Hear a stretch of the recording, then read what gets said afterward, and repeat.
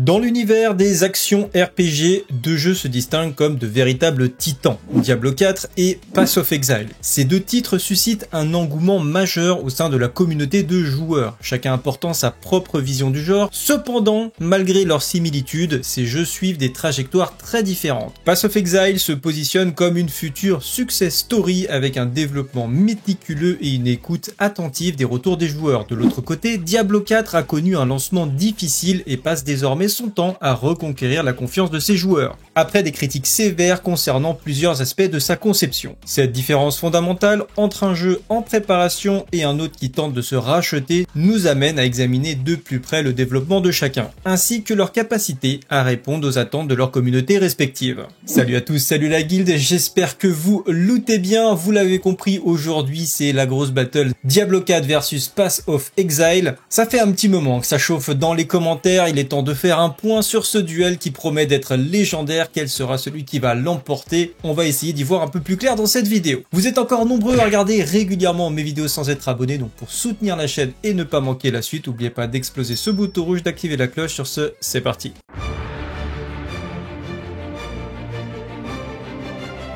L'histoire des ARPG est jalonnée de jeux qui ont marqué leur époque. Le premier Diablo, sorti en 1996, a redéfini le genre avec son gameplay addictif, ses mécaniques de loot et son atmosphère sombre. D'autres jeux ont suivi, tels que Torchlight et Titan Quest, chacun apportant sa propre contribution au genre. Au fil du temps, la rivalité entre Diablo et Path of Exile est devenue un élément central de l'évolution des ARPG. Path of Exile est sorti en 2013 par Grinding Gear Games, ou GGG pour les intimes. C'est imposé comme l'alternative sérieuse à Diablo, en s'étant largement inspiré de Diablo 2. En tout cas, c'est ce que le studio voulait, étant de grands passionnés de cette franchise. PoE a donc su captiver les joueurs grâce à son système de compétences profondes, son économie en ligne complexe et une approche de jeu de service avec des mises à jour régulières et des saisons de contenu, à l'inverse de Diablo 3 qui a été critiqué à ses débuts pour ses choix de conception simplifiés, même si Blizzard a réussi à rattraper certains de ses faux pas au fil des ans, ce qui lui a permis de maintenir une certaine communauté. Aujourd'hui, on approche de la date de sortie de la nouvelle extension de Diablo 4, Vessel of Hatred, et l'attente de Path of Exile 2, la rivalité entre les deux franchises historiques atteint un nouveau sommet.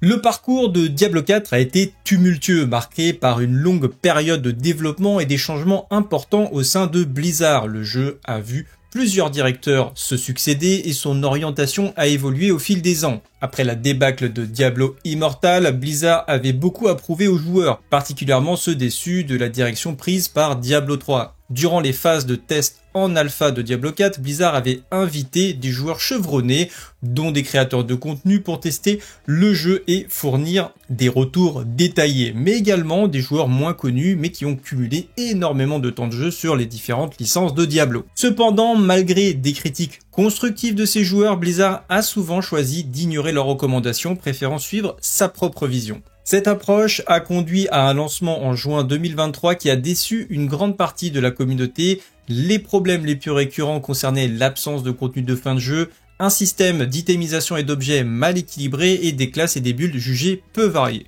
Depuis, Blizzard a redoublé d'efforts pour corriger ces défauts. Des mises à jour régulières au fil des nouvelles saisons comme la saison 4 ont permis d'améliorer le système de craft mais aussi de fin de jeu avec de nouvelles activités comme la fosse, qui ressemble beaucoup aux failles de Diablo 3.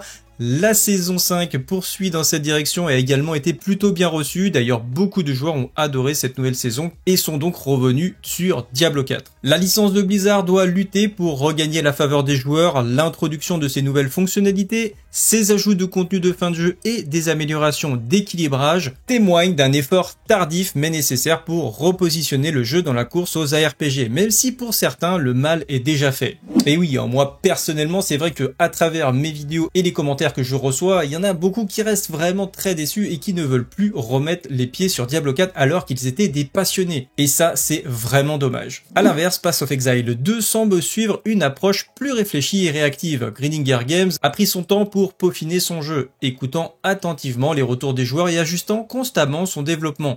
le projet, qui a débuté comme une simple extension de Path of Exile, a évolué pour devenir une suite à part entière avec des mécaniques de jeu et des narrations distinctes. Le studio a organisé plusieurs événements de test en mars et en juin 2023 pour recueillir des avis sur les aspects cruciaux du jeu. Contrairement à Blizzard, GGG s'est montré souvent ouvert à l'idée de modifier son design en fonction des retours. De plus, le studio a été influencé par d'autres jeux du genre, comme Last Epoch, dont je vous avais fait une vidéo il y a quelques temps, qui était vraiment très sympa. Alors je suis pas un gros fan de l'or de Last Epoch, même de l'ambiance de Last Epoch, mais je dois avouer que les différents systèmes qui avaient été proposés dans le jeu étaient assez bien faits, que ce soit le système de loot, d'altet des ventes, le système de craft, etc. Il y avait vraiment plein de bonnes idées. Évidemment, on avait l'accès à la mini-carte qui manque cruellement, je trouve, sur Diablo 4. Bref, cette capacité à intégrer de nouvelles idées venues d'ailleurs montre la flexibilité du studio et sa volonté d'offrir une expérience qui résonne avec les attentes des joueurs. Vous l'avez compris, la différence la plus marquante, en tout cas que moi je trouve, entre Blizzard et Grinding Gear Games, eh bien c'est leur manière de traiter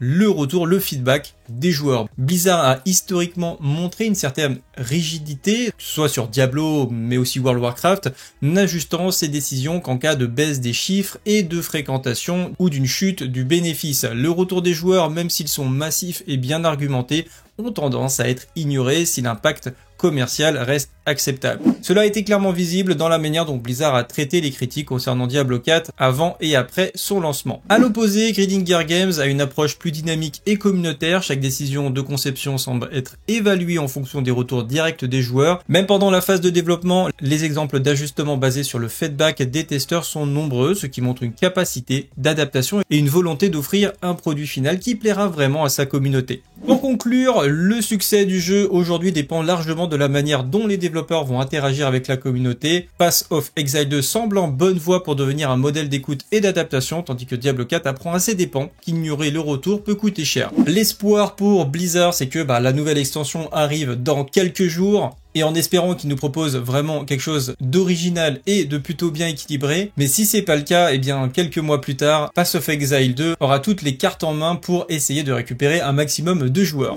Et pour vous, quel est l'ARPG qui aura le plus de succès en 2025? Je vous mets le sondage en description, donnez-moi votre avis. Pour ma part, c'est tout pour aujourd'hui. Si la vidéo vous a plu, likez, partagez, abonnez-vous, on se retrouve dans la prochaine. Salut à tous, c'est le Guild, ciao bye.